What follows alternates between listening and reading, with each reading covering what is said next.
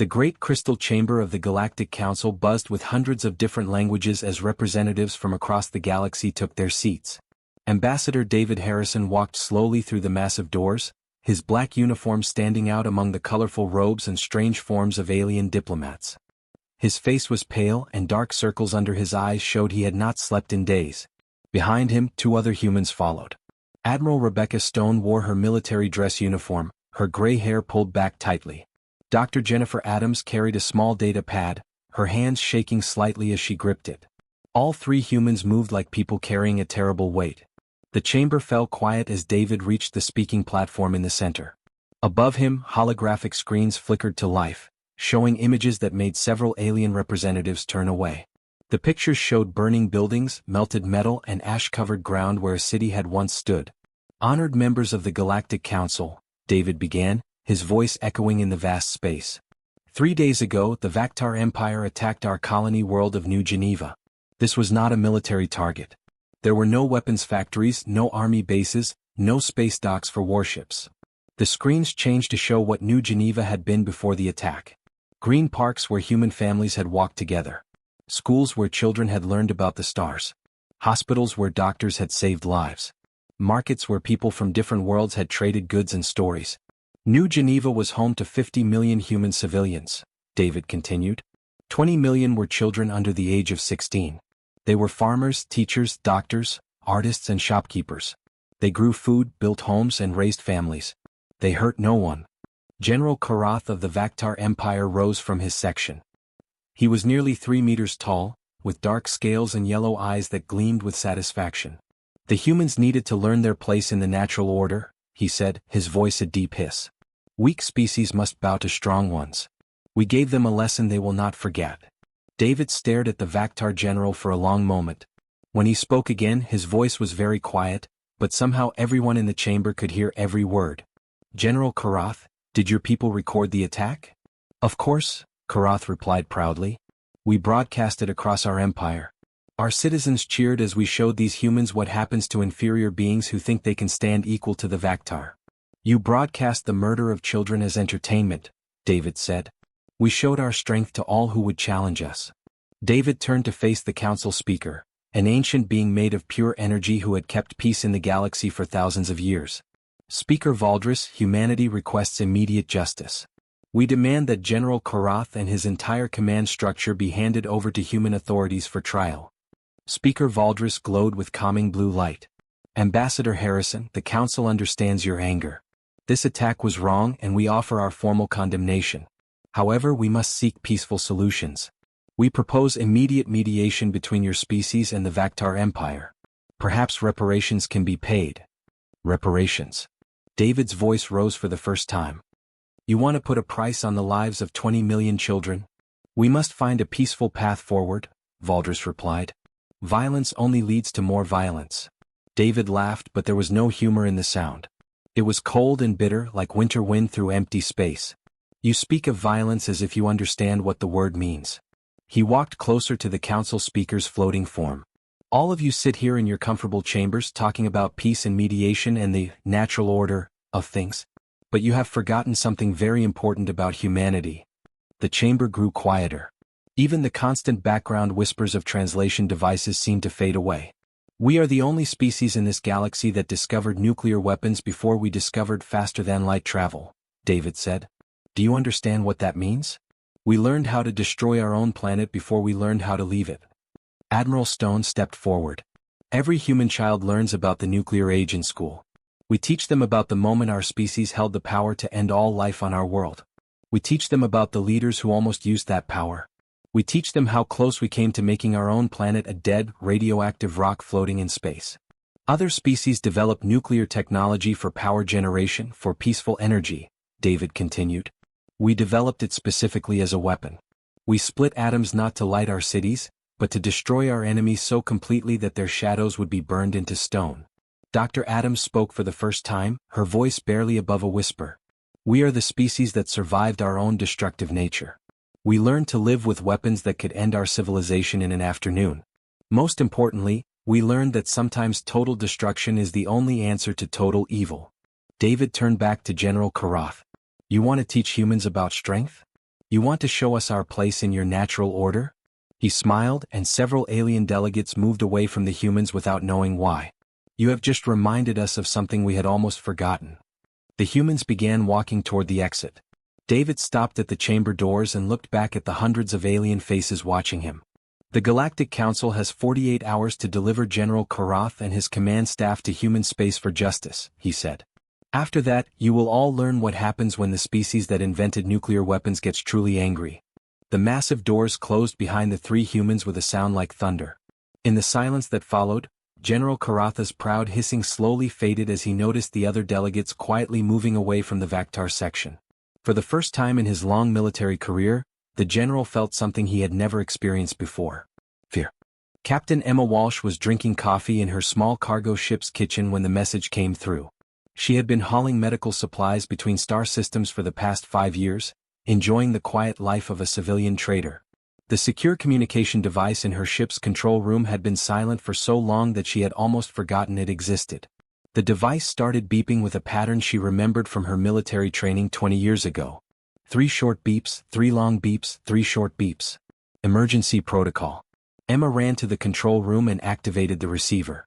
A woman's voice spoke clearly through the static. All human vessels, this is Earth Command.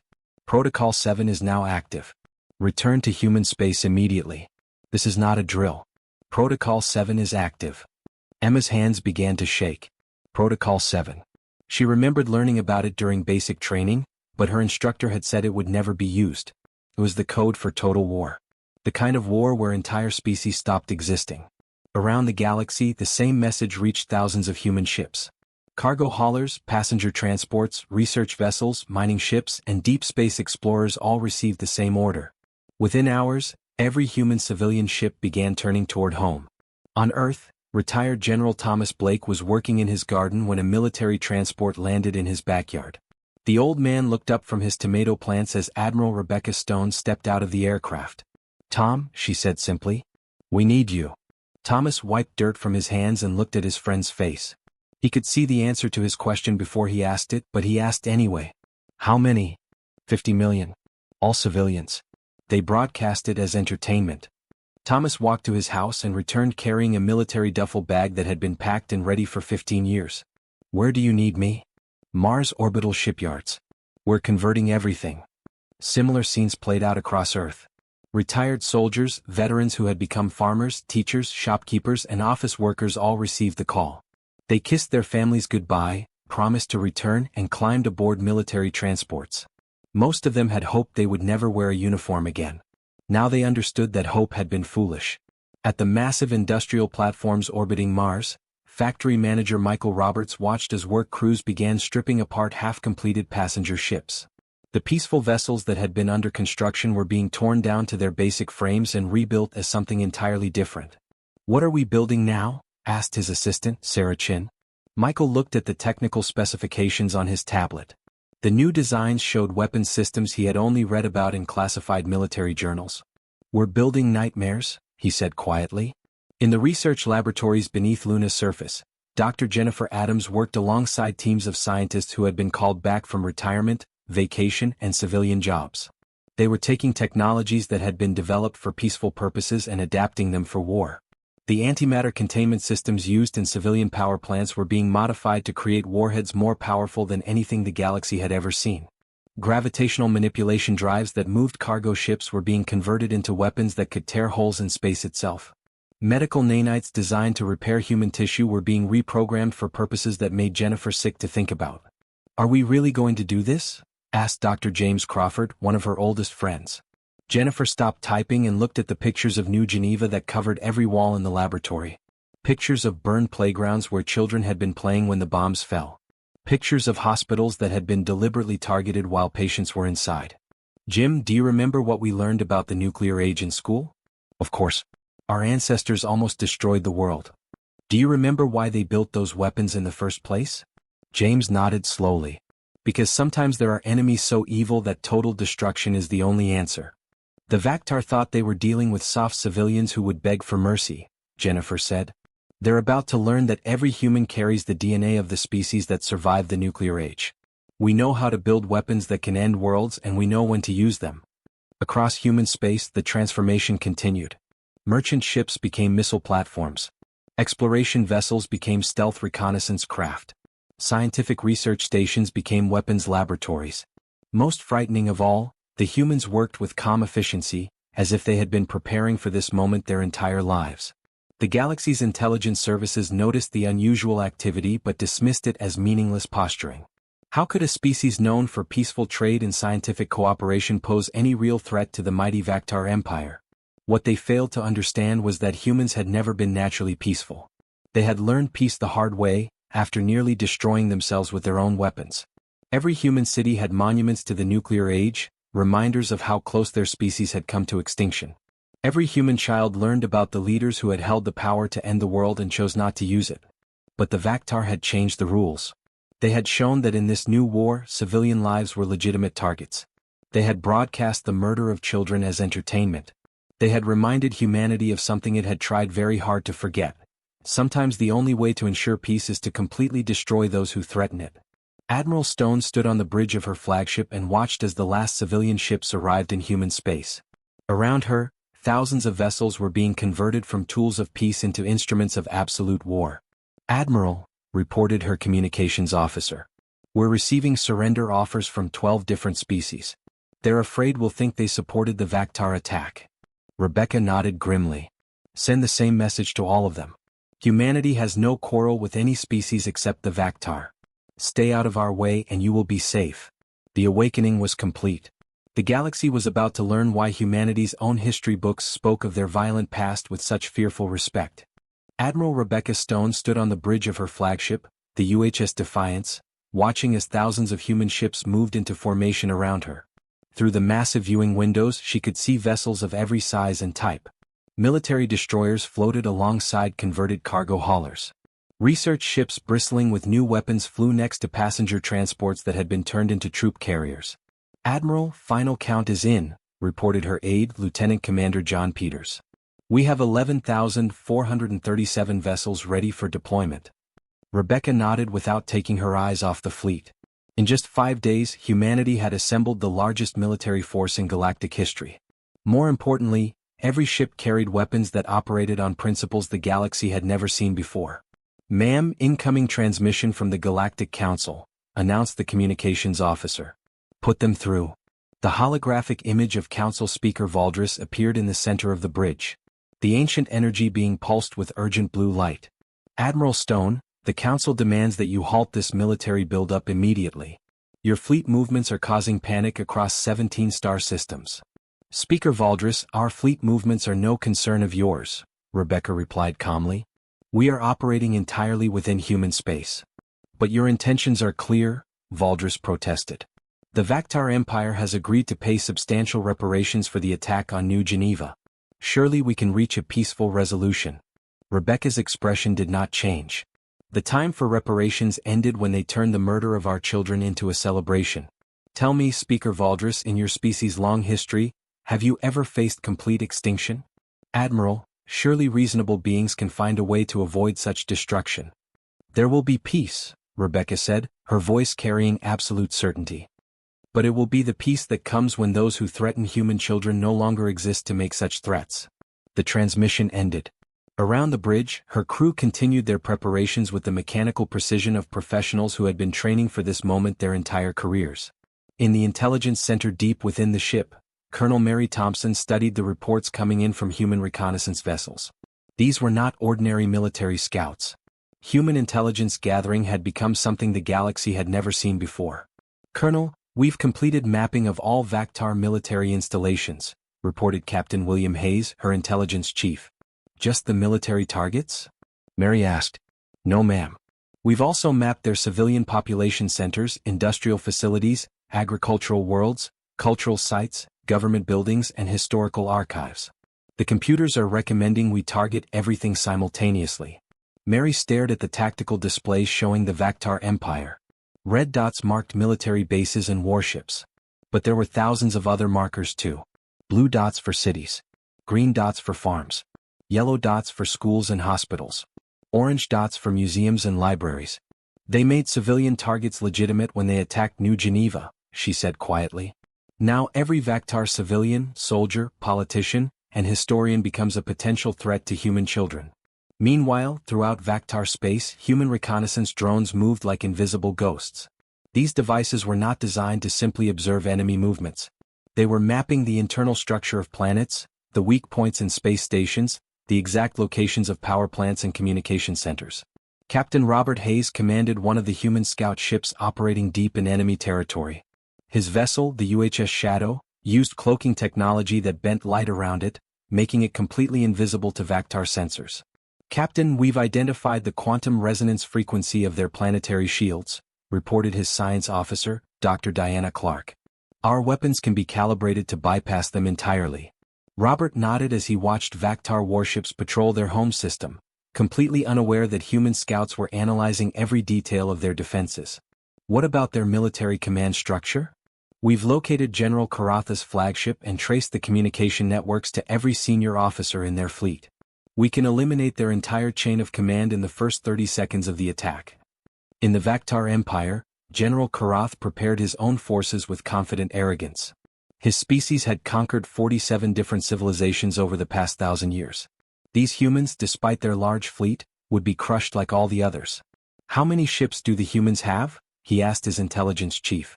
"Approximately 11,000 vessels, General. However, most appear to be converted civilian craft. Our own fleet numbers only 4,000 ships, but they are all purpose-built warships with advanced shielding and weapons systems." Karath hissed with satisfaction. "Quality defeats quantity. We will destroy their primitive fleet and then finish what we started at New Geneva. Perhaps this time we will target their homeworld itself." What Karath did not understand was that humanity had spent centuries learning to fight wars not just against other species, but against the possibility of their own extinction. They had faced nuclear annihilation, environmental collapse, and resource wars, surviving each crisis by developing an almost supernatural ability to mobilize their entire civilization for total warfare. Other species had evolved beyond their violent instincts. Humanity had simply learned to aim their violence with surgical precision. Dr. Jennifer Adams worked frantically in the weapons laboratory aboard the research vessel UHS Archimedes. Around her, teams of scientists put the finishing touches on humanity's most terrifying creation, stellar manipulation devices. "Jennifer, are we really going to use these?" asked Dr. James Crawford, looking at the weapon specifications with horror. The devices were based on the same technology humans used to maintain their fusion reactors, but scaled up to affect the nuclear processes inside stars themselves.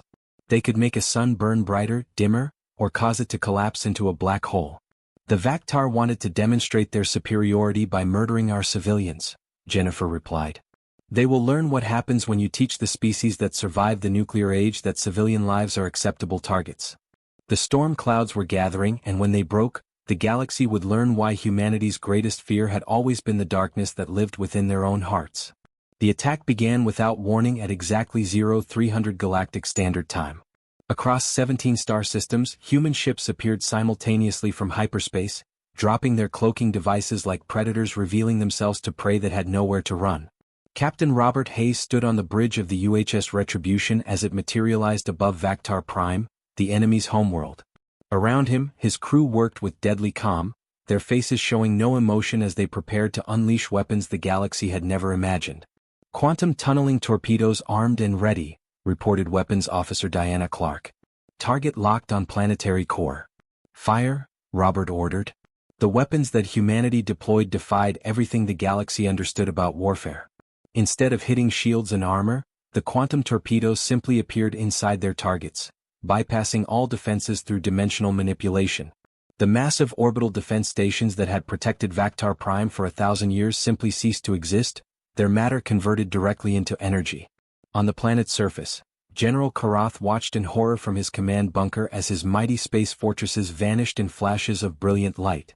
His communication officers frantically tried to contact the orbital defenses, but there was nothing left to contact. "How is this possible?" Karath roared. "Our shields were impenetrable."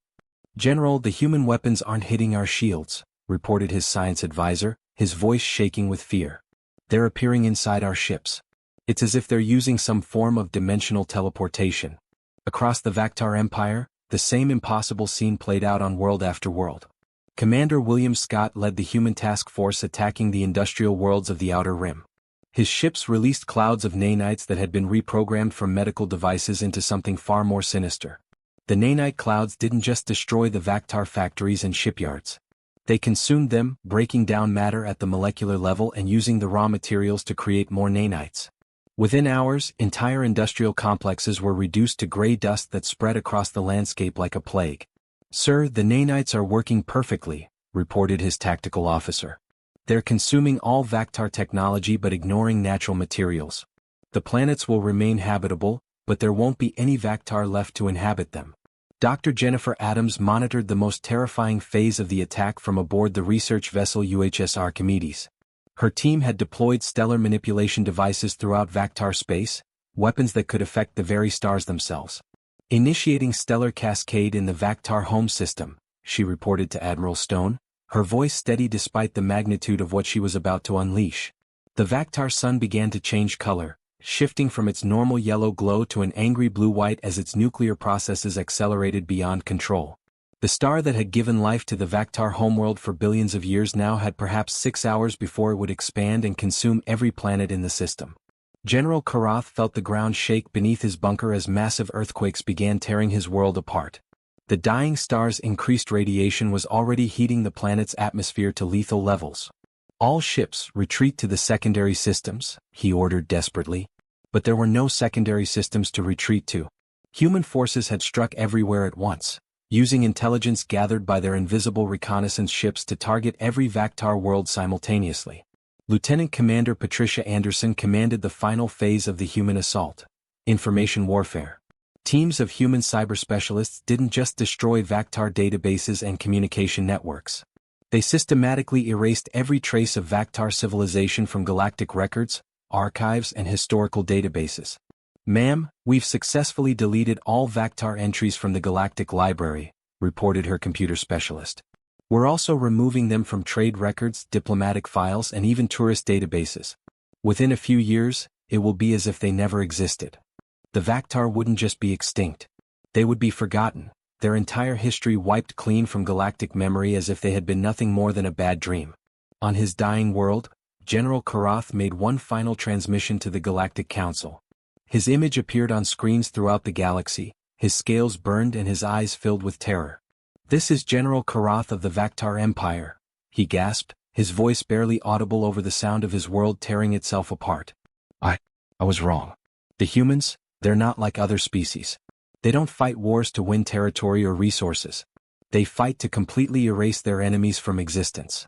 The transmission cut off as Karatha's bunker collapsed around him. Within minutes, the expanding star reached Vactar Prime, vaporizing the planet and everything on it in a flash of nuclear fire. Admiral Rebecca Stone watched the tactical displays from her flagship as red dots representing Vactar worlds winked out one by one. In less than 72 hours, an empire that had dominated its region of space for over a millennium had simply ceased to exist. "Admiral, we're receiving surrender offers from the remaining Vactar forces," reported her communications officer. "There are no remaining Vactar forces," Rebecca replied quietly. "Continue the operation until every target is eliminated." Captain Emma Walsh, who had been hauling cargo just days earlier, now commanded a converted transport ship as it hunted down the last Vactar survivors fleeing through hyperspace. Her crew used tracking technology originally designed to monitor space debris to locate every escaping ship. "Ma'am, we found the last refugee transport," reported her navigator. "It's carrying approximately 3,000 Vactar civilians, mostly children." Emma stared at the scanner display for a long moment, thinking of the human children who had died at New Geneva.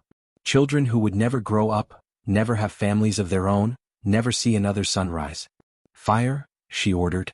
The galaxy watched in stunned horror as humanity demonstrated that when truly threatened, they didn't just fight wars. They performed surgical amputations on reality itself, cutting out their enemies so completely that future generations would never know they had existed. The Vactar Empire was gone. Not defeated, not conquered, not occupied. Simply erased from the universe as if it had never been. 6 months after the Vactar Empire ceased to exist, Ambassador David Harrison walked through the corridors of the Galactic Council building once again. But everything had changed. Where once the halls had buzzed with the sounds of 1,000 different species conducting business, now there was only nervous silence. The great crystal chamber looked smaller somehow, though David knew it was exactly the same size. Only half the seats were occupied. The other half sat empty, their former occupants having quietly withdrawn their representatives and retreated to their home systems. The species that remained watched the human delegation with a mixture of fear and fascination. Council Speaker Valdris hovered at the center of the chamber, the ancient energy being's usual calm blue glow replaced by rapid flashes of uncertainty. In all of Valdris's millennia of existence, he had never felt the emotion that humans called fear. Now he understood why they had invented such a word. Ambassador Harrison, Valdris began, his voice carrying a tremor that had never been there before. The Council wishes to discuss the recent events in the former Vactar territories. David took his place at the speaking platform, his expression calm and professional. Behind him stood Admiral Rebecca Stone and Dr. Jennifer Adams, both wearing their dress uniforms. All three humans moved with the quiet confidence of people who had proven themselves capable of anything. The Vactar Empire no longer exists, Speaker Valdris, David replied simply. They cannot threaten human civilians again. The matter is closed. But Ambassador, whispered the representative from the Centauran Republic, a species known for their peaceful nature. You eliminated an entire civilization. Billions of individuals who had nothing to do with the attack on New Geneva. David turned to face the Centauran delegate, a small blue creature whose antenna twitched with nervous energy. Did those billions object when our children were murdered for their entertainment? Did they protest when their government broadcast the massacre across their empire? Did they demand justice for the innocent civilians who died? The chamber fell silent. Everyone knew the answer. The Vactar population had celebrated the destruction of New Geneva, treating it like a festival. We learned something important about our species during this conflict, David continued, his voice carrying clearly to every corner of the vast chamber. We learned that when humanity believes its survival is threatened, we become something different. Something our own ancestors would recognize from the darkest chapters of our history. Admiral Stone stepped forward. Every human child learns about our nuclear age in school. We teach them about the moment our species held the power to destroy our own world in an afternoon. We teach them about the leaders who came close to using that power. Most importantly, we teach them why our ancestors chose to develop such weapons in the first place. Because sometimes, Dr. Adams added quietly, total evil can only be answered with total destruction. The representative from the Altarian Federation, a tall insectoid creature, clicked nervously. But surely there could have been another way. Negotiation, mediation, compromise. David shook his head. The time for negotiation ended when the Vactar chose to murder our children and broadcast it as entertainment. They showed us that in their version of warfare, civilian lives were legitimate targets. We showed them what happens when you teach that lesson to a species that survived its own nuclear age. A murmur of fear rippled through the chamber. The assembled delegates began to understand something that chilled them to their core. Humanity had not acted in anger or revenge. They had acted with the cold, calculated precision of a species that had learned to survive by eliminating existential threats completely. The Galactic Council's framework of limited warfare and controlled conflict works well for species that evolved beyond their violent instincts, David explained. But you must understand something about humanity. We never evolved beyond violence. We simply learned to control it, to aim it with surgical precision when necessary. Speaker Valdris pulsed with worried light. What does this mean for the future of galactic civilization? It means exactly what it has always meant, David replied. Humanity seeks peace. We prefer trade to war, diplomacy to destruction, cooperation to conquest. We want to continue our scientific research, our cultural exchanges, our economic partnerships with all peaceful species. He paused, looking directly at each delegation in turn. But you must remember what you have witnessed. We are the species that split atoms not for energy but for weapons.